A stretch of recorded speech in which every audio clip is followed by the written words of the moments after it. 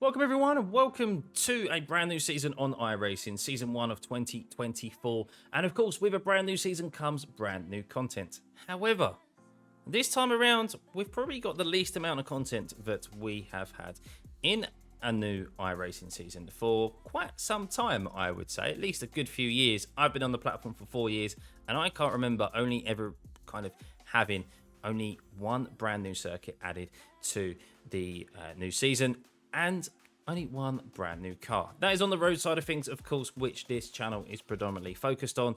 There was a update in regards to how oval circuits work with the tyres there, and there was a brand new oval circuit added on that side. But as I said, not really where my focus is at. I'm more on the road side. And well, Mugello circuit, which we are currently going around in the W12, my favorite car ever added to iRacing, and the perfect car in my opinion to have a first look and experience at this circuit, because this circuit is probably most familiar and most fresh in people's minds for when the F1 cars and calendar came around here in 2020. That was when it was most recent. Of course, it is a track that is owned by Ferrari as well, so it's well known for that reason.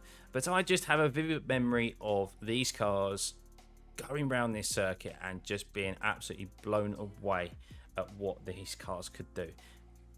To me, these cars really come into their own at fast, free-flowing circuits, the likes of Silverstone, the likes of Suzuka and Spa, and there's a reason why I also put those tracks at the top of my list and enjoy them so much. So let's hop into the W12, my favorite ever car on iRacing, and I stand by that, even though as much as I love the Super Formula, and see exactly what this baby can do around this circuit. Now, it isn't the exact car that we saw in real life come around here, because they didn't in 2021, so it was the W11 that came around here, not the W12, but they're close enough. There wasn't too much that changed in regards to their capabilities from 2020 to 2021. So yeah, let's jump in, let's have a go, give you guys my first impressions, and yeah, see if we could put that smile back on my face and experience what these guys did in real life. Right guys, here we go. Circuit Mugello. First look at the laps. Or first look at the circuit, should I say. Down into T1 at the end of a very long straight. Nice and tight around here. And then left-hander comes up very quickly on you. Quick left to right. Very easy to run out of track there. Of course, in this car. And then this little section there, I missed the apex, but you don't even need to touch the brake. And then here is the famous sector. Now, I haven't got quite the temperature in the tyres yet, so it's not entirely flat out. It will be next lap. Wow. This car and this track were made for each other. The circuit I'm having a lot of fun at. As I said, this is the first laps that you're seeing. I have done laps here already because I wanted to know my way around the circuit and not spend the majority of this video in the gravel or upside down, which you've seen enough of in Season 3. So let's see if we can be a little bit more on it this time around. A little bit more temperature in the tyres. This is our third lap. We've already done the out lap.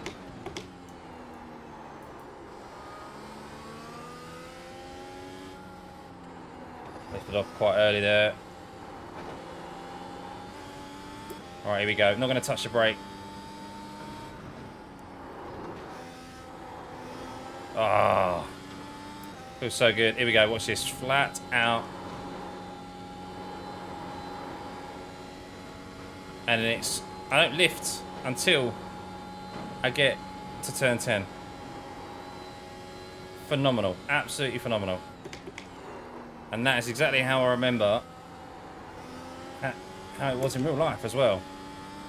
That's not computer game simulation stuff. That is exactly what we saw in 2020. Go and look back at Lewis Hamilton's qualifying lap.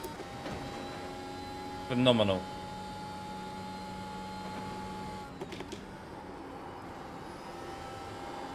Oh, a bit of the bit all wrong there, but yeah, what a circuit, guys. As I said, has such a nice free-flowing nature to it, as the likes of Silverstone and Suzuka. Funnily enough, I'm actually using a Suzuka setup for this car, and fits like a glove. In the wrong gear there. Lots of similarities to it. A very long straight, fast corners. What I like about this circuit as well is that sausage curbs aren't too prominent. I'll never get bored of this section of corners. But sausage curbs aren't too prominent like they are, say, in Imola. Imola, we know how prominent they are and how they can just finish a race. Oof, bit of a lock up there. Whereas these, they're there, but they're not enough to really throw you off. But if you do ride them too heavy, like go straight over them, then they will obviously throw you off. But you can actually get a wheel over them. I am surprised there's not such curbs in that chicane. It's a non-existent chicane, really. You've seen how much I've been able to cut it. Turns 13 and 14. I feel like that needs sausage curbs in there to at least make it be a little bit more technical and be the corner that it's supposed to be.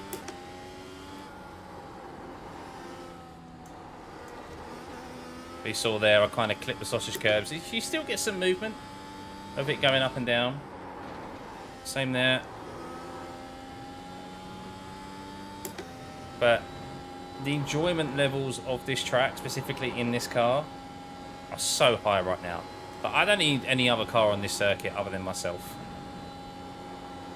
And especially with it not being the longest circuit in the world, especially in a car like this, only like 117 lap times.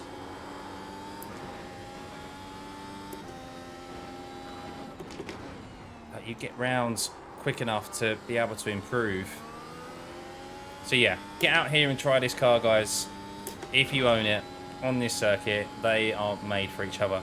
Now, how are other cars going to fare around here? Well, I think anything that has got a lot of downforce and is high powered, so the likes of Super Formula, the likes of the NMDH cars, they're going to love it around here. Even F3, they're going to be a match made in heaven. Not quite as, of course, as the W12, but they'll be really enjoyable nonetheless. Slower cars, like GT cars, I think it will still be... I don't think it will be as enjoyable, but I think they'll still provide... I think this track will still provide some good racing. There's a lot of areas here to be able to go side by side. The track is quite wide.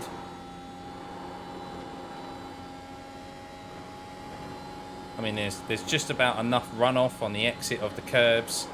But then if you run too far, there's gravel. I really do like that. So there's a little bit of leeway as we touch the gravel there. This is a great corner. Watch this. Oh, okay, little bit of a lift. I tried to get on for it already early there, just to show the downforce capabilities of this F1 car. But yeah, I mean, I like the last corner. I like the first corner as well. The first corner is going to provide some real good racing. You're going to get an opportunity to defend or attack from either the inside or the outside. And I think we're going to see quite a bit of wheel-to-wheel battling, because the thing is, you go side by side through here and you defend the inside, well, you're then on the outside for this left-hander, and of course then you've got the inside of the next one, but there's sausage curbs. Then you've got this run down into another left-hander. So it's just... I'm really intrigued to see how the racing is going to be here. I think it's going to be good. One last time through turn 6 and 7. Experience that downforce flat out.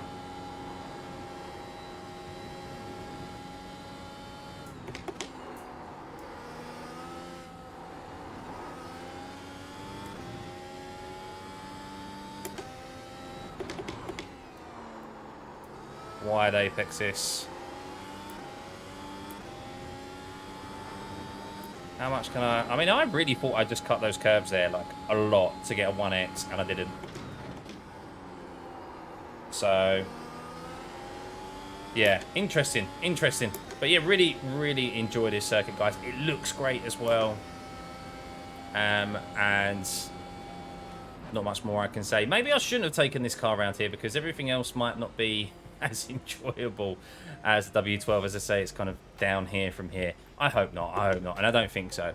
But yeah, really good fun to hot lap, and I'm looking forward to jumping in a Super Formula, which is most likely when I'm first going to race this circuit, or IMSA with the LMDH cars. But yeah, definitely one to purchase, guys. They haven't let us down in regards to bringing this to the platform finally. What I will say though, on the last note, is performance. People are still experiencing performance issues once again with a brand new circuit on iRacing. As to be expected now, unfortunately, it's not an expectation we should have every time there's a new circuit added to iRacing.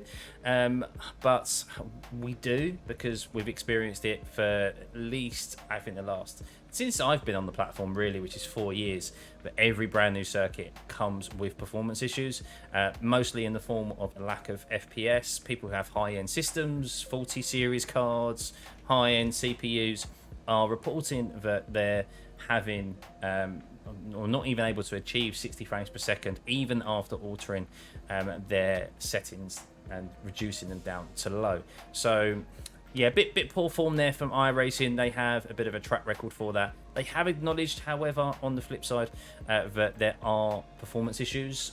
Akiyama has also got a rescan and has kind of new implementations to it in regards to graphics, and there may be a carryover because of that. But yeah, it's something that they need to address. We give, rightfully so, other games issues or stick when it comes to games being released in an unfit state and having to release update after update to fix it. While the primary function of the track itself works fine, it's there's no glitches, there's no odd bumps and humps from what I've experienced, or any circuit, to be honest. It's normally just FPS. It's, I think, kind of basic performance is kind of the bare minimum of what people expect, especially when they've spent so much money on these high-end systems for then not even to able to achieve the bare minimum of 60 FPS. I personally haven't experienced that yet. I have been limiting my FPS to 60 because I have kind of a low-end system now, which is with a 2080 RTX, mainly because I need to ensure that I've got the headroom when I'm recording, because of having an ultra-wide now, another monitor above me, and so forth. But yeah, I thought that's worth mentioning. But if you are having those issues, submit a support ticket via the forums on iRacing, or go through to their iRacing support Twitter feed. There should be a link there. And they have always been pretty transparent with the issues they have been seeing. And normally, in my experience, with the hot fixes, with it being a live service, they do hot fixes sometimes multiple times in a week, which don't take very long at all to iron out these kinks. So yeah, let's hope that we don't experience any performance issues moving forward. I'm sure we will do with the implementation of rain in the near future. There'll be some stuff that needs ironing out there. But let's end on a positive. What a circuit, what a car. Really good fun to be back in this car. It needs to come back as the official car in the F1 series if we don't get the W14. That is, in my opinion, for the Formula A. So much more enjoyable than the W13. And what a circuit. Get out there, guys. Purchase Mugello, and hopefully I will see you out there in Season 1 at this very circuit. So hit that like and subscribe button, guys. Turn those notifications on, and let me know in the comments what you think of Season 1 thus far. See you then. Bye.